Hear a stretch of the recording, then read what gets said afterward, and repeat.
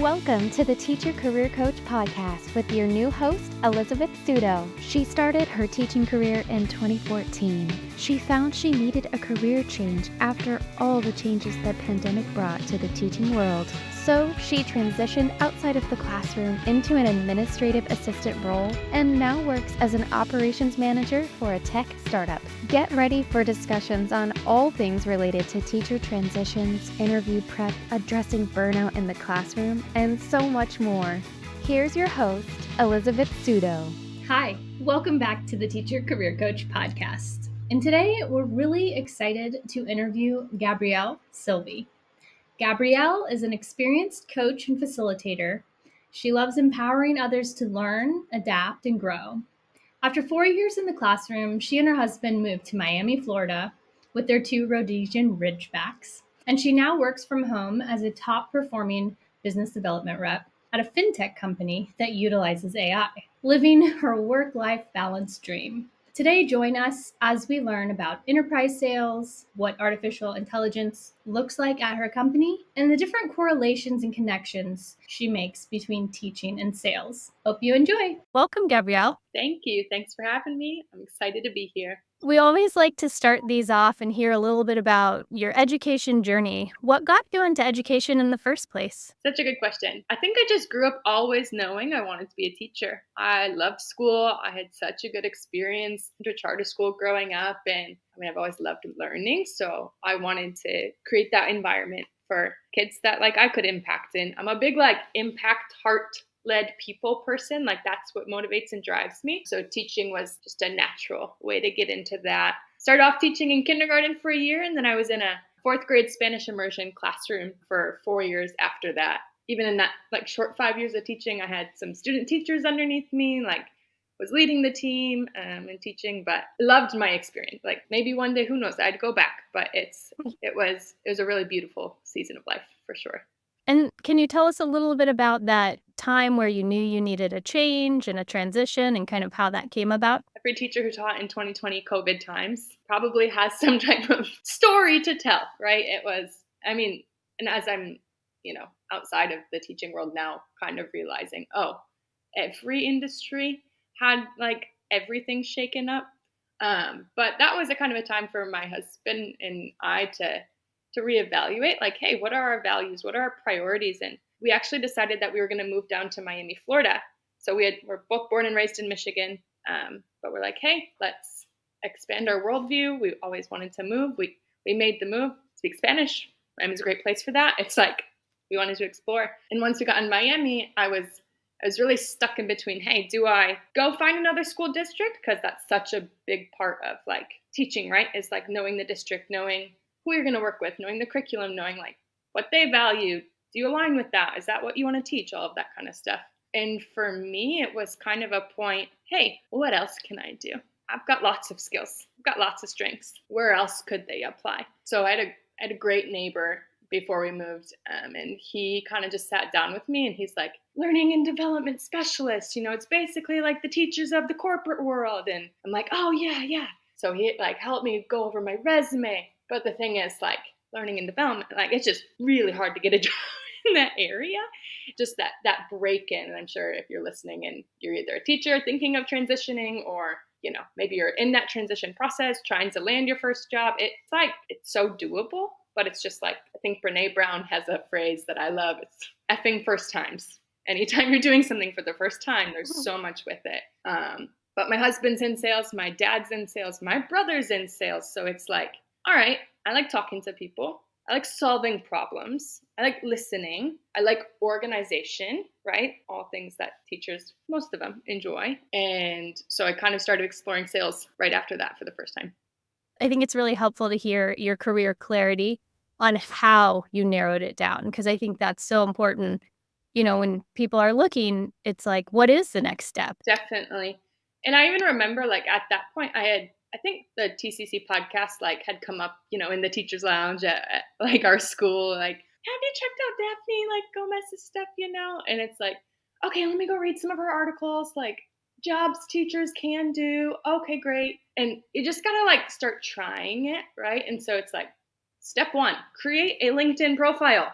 Get on LinkedIn. and you will find there's so many people willing to help. And that was my experience. Like, you have to do the outreach. You have to kind of like step up, show out, hey, I'm Gabrielle. This is my situation. I saw you did this. Wondering if you want to jump on a 15-minute Zoom call and talk about it. What does your job look like? What do you like about it? What don't you like about it? Because both are very important. Some people love the transition to working from home. Some people think they'll love it because they're so stinking tired because they're a teacher, and then they get there and they're like, I'm so alone. I'm used to having 30 children crawling on me, and now all I have is this computer, and I'm connecting virtually, and it feels really disconnected, right? So you really got to like find your people and reach out and ask for help. And I was really lucky to like have people who said yes to that and partnered with me in that transition. That's such a good point to network, outreach, use your resources. And that kind of leads me to our next question, which is with the teacher career coach or aspireship, how did those resources support you if they did? No, absolutely both of them. I think I remember when y'all posted on LinkedIn that it was merging. Correct me if that's not the right language, but I was like, oh, this makes so much sense. This is a good thing. I had found the TCC podcast first, as it was more just like general, hey, what can you do? But my husband is also in sales. He's like, hey, check out this thing called aspireship. One, it's affordable. It's like, you're a teacher. You're not raking in the big bucks. Like, you need something that's like affordable. And then the courses, as I was like browsing through it, they looked doable. It wasn't like, hey, let me go switch my whole degree. Like, I wasn't going back to school to transition my career at that point. You just need to like get the language like learned, and transitioning into the business world. Like, every industry has their acronyms. Like, I didn't know what a CRM was. I didn't know what like an enterprise versus a mid-market versus a small, like I didn't know I didn't know what AE stood for. I knew none of it. And it's kind of funny because I was like a Spanish teacher, right? I know how to learn a second language. I can learn the second language in this way. But I remember I think our school year ended beginning of June, first week of June, and the end of the school year, it's really a busy time for teachers. You're planning parties. I was a fourth grade teacher, so kids went off to middle school. You're planning like all these graduation celebrations for them. And we had known we were going to be moving the week of the 4th. So I was like, okay, month of June, this is my full-time job. I'm going through aspireship. And it was so manageable that like courses were fun. I think there was one, I haven't looked into it recently, but y'all interviewed like 3 different sales reps. And it was like, what's your day look like? What's your week? How do you structure your week? How do you manage your own time? And that was like the clincher. Like, that was like, oh, I get to pick how I want to spend my time in a week. And like, when you're an SDR, it's like you own your pipeline.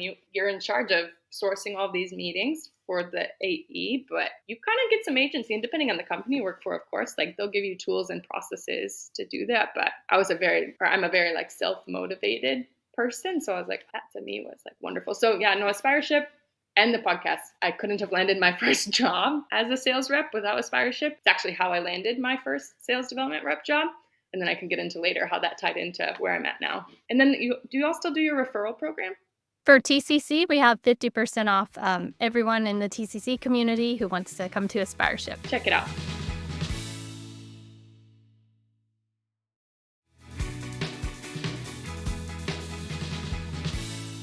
You landed an SDR job right outside of the classroom. Now you're in enterprise sales. And can you tell us a little bit about what that means and break down the difference between enterprise sales and, an SDR? I mean, I have this sign behind me. It's like, you're not an imposter. This is for real. So still, even sometimes I catch myself. I'm like, oh, am I going to give this definition justice? But no, an enterprise is essentially, it's like a large company, like multi-billion, the layout of the company, the roles within the company, it's a little more complex. So if you're calling in and you're trying to book an appointment, like at a mid-market or a small business, like you're probably calling the person who's going to purchase the software you're selling. But at an enterprise, there's a lot of like warming up and multi-threading that has to be done in order to get to like your decision maker, right? You call one person, they're like, yeah, this is the problem I want to solve. You're like, great, let's talk. Let's build this case on how we can help you solve that problem. But it doesn't end there. And like the sales cycles, they're like 90 to 120 days long. It's just like a little more slow moving, but a lot more rewarding role. Not so transactional. It's like call, book, sell, boom. Call, book, sell, boom. It's like a little more relational, which is, I think, the thing I'm loving most about it. Are you the person who does those initial discovery calls? So right now, I'm like in there with the AE. I've only been at this company just about a year. and it's a tech startup. So a lot of times, like in a startup company, like when you're looking for different jobs, it's like, hey, do I want this really established IPO'd company that has very, career like paths? It's very clear, but you're going to do this. You're going to make 50 calls a day, all those KPIs, another word, like key performance indicators that you're going to be tracked on. Whereas like I loved the startup type company because there's a lot more agency and involvement you have in like, hey, we're building this together. But that's a roundabout way of answering. No, I don't run those discovery calls yet, but that's like where I could go if that's what I wanted as a next step at this company. Can you walk us through what the interview process was like for getting your job as an enterprise SDR?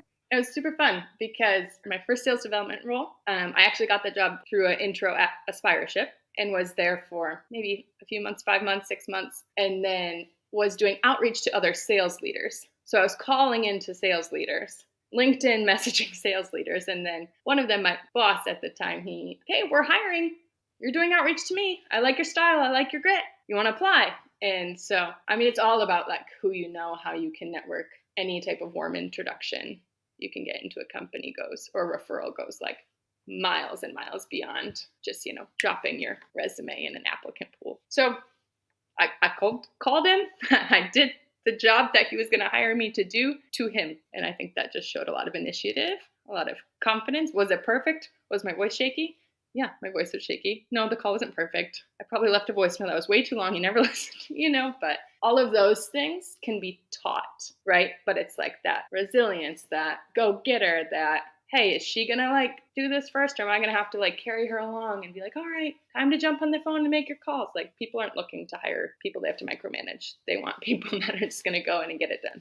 I can tell these personality traits that you have that would make for a sales position. Highly motivated, resilient. Are there any others that you can think of that really lend themselves to sales? Yeah, I say if there's like one thing I want to be the best at, it's listening. When you're a teacher, it's like essential to listen to your students and know where they're at and then know where they need to be and then make a plan and how you're going to get them from point A to point B. Or who else needs to be involved in that plan? Parents, is it like a parapro? But same thing goes for sales, right? It's like listen to the customer, listen to your prospect, listen to what their pain points are, like what issues they're trying to solve for, and then who else is this problem affecting, right? It's like listening and then curiosity. It's like you're just always asking questions and never assuming, especially like in an enterprise. It's like because things come up and you're like, oh, there's a thing, I think it's called happy ears or something, when you're just hearing all the things you want to hear. So kind of like being your own little like devil's advocate at the same time.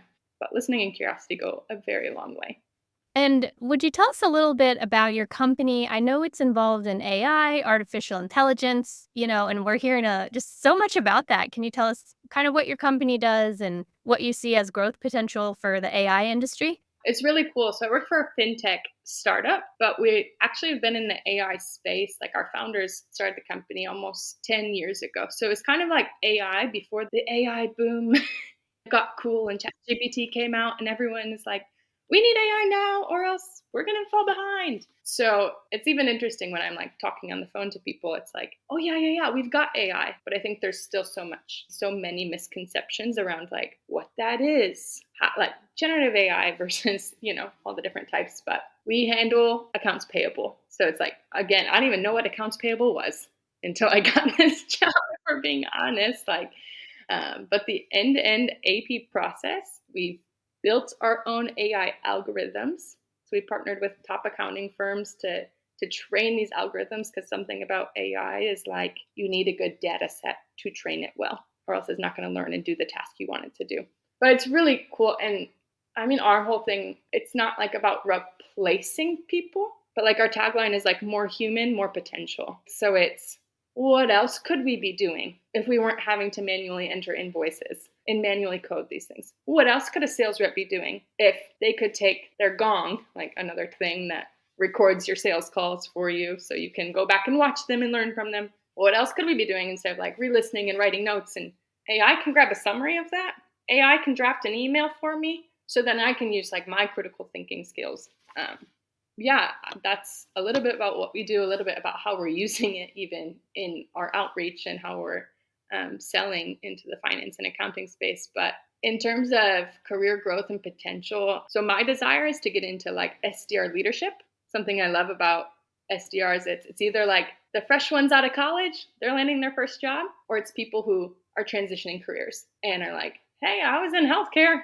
What else could I do? Like from the teacher heart in me, like helping people onboard, training people on how to do a process. Man, that's like my bread and butter. That's what I love. And so actually about a month ago, I stepped into a team lead role at our job. So I'm like doing one-on-ones, helping like lead call coachings and training our new reps that are joining our team. And that has been not only rewarding, but it feels like, oh, this is why I even transitioned to get into something different, because at first it's like, okay, it's just a grind. Your cold calling is not for the faint of heart. And it is not always fun, for being honest, but it's like a means to an end. You get your foot in the door so that you can go somewhere else with that and grow within the company. And yeah, man, with what AI is doing, it's like another thing I love about the company I work for. It's not like this ambiguous AI. It is AI for a specific, this is the problem we solve. If you need help with this, here we go. We're the best at it. Let's talk. If not, okay, on to the next.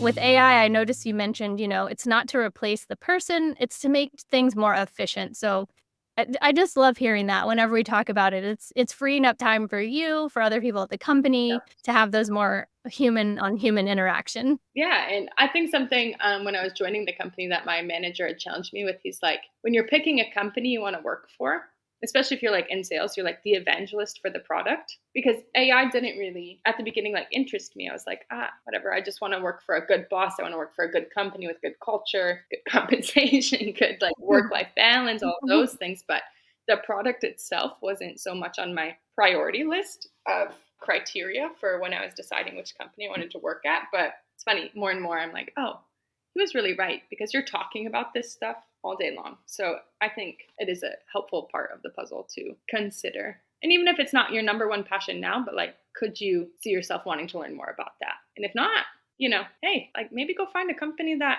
has something you have a little bit of excitement around, because that shows when you're talking to people too. If you're genuinely interested in what you're talking about, that shows, and that draws people in. It sounds like what you're saying too is kind of get your foot in the door, like somewhere you're excited, and then there's room to grow from there. You just, get in, meet people, kind of this whole theme of network. Yeah, absolutely. I mean, even I remember in my first couple of months, I set up 15-minute meetings with our VP of marketing, our SVP of marketing, our VP of people, like our head of customer success. Like, hey, this is where I'm starting in the company. And most sales development positions, you're at ground level, And if you find a company that like sees that role as like, it's our talent pool, and we promote from within, we grow from there. That shows value. They really value their employees, and they're spending all this time on hiring. They want to hire correctly. Can you walk us through a day in the life of what you do? Yeah. Oh, it's so fun. Log in about 9:00, y'all. I start my day with dialing. I would tell you I make 200 calls a day, but we use this thing, it's a power dialer, and we are able to be more efficient and productive with what we're doing. So after about, 45 minutes of calls, I try to hit people in the beginning of the day. Take some time and you prospect. And what prospecting is, it's essentially using LinkedIn, using your hunting, honing skills. Some companies will give you like a list of accounts that you're working. Mine does. So I've got specific accounts. There's like different levels of priorities that I'm supposed to break into and set up a meeting. Side tip, if you're trying to be an SDR, prospecting is like the number one way you'll be a good SDR. If you can like use your time wisely, the people you're calling, it goes a long way. We have another like cool virtual tool that we use at my company where we can like jump in meeting rooms and like work together. So even though it's all from home, like I could work real time, camera on with someone. I need that. I like that in-person part of the day. I'm doing one-on-ones with my team right now. So helping them like, hey, bring a call recording. What went well? You're self-reflecting, Oh, what do you want to change? Okay, what are we going to try next time? How are we going to get this account? Like it's like that coaching, teaching piece. That's been a big part of my job I've been enjoying lately. And then, you get creative with your email writing. Personalization is key, especially with AI. Like people can mass personalize. I mean, come on. I think we all know if ChatGPT wrote an email or if it came from somebody, like use that as a start, edit it down. And then been doing some video emailing, like just trying to break through the noise.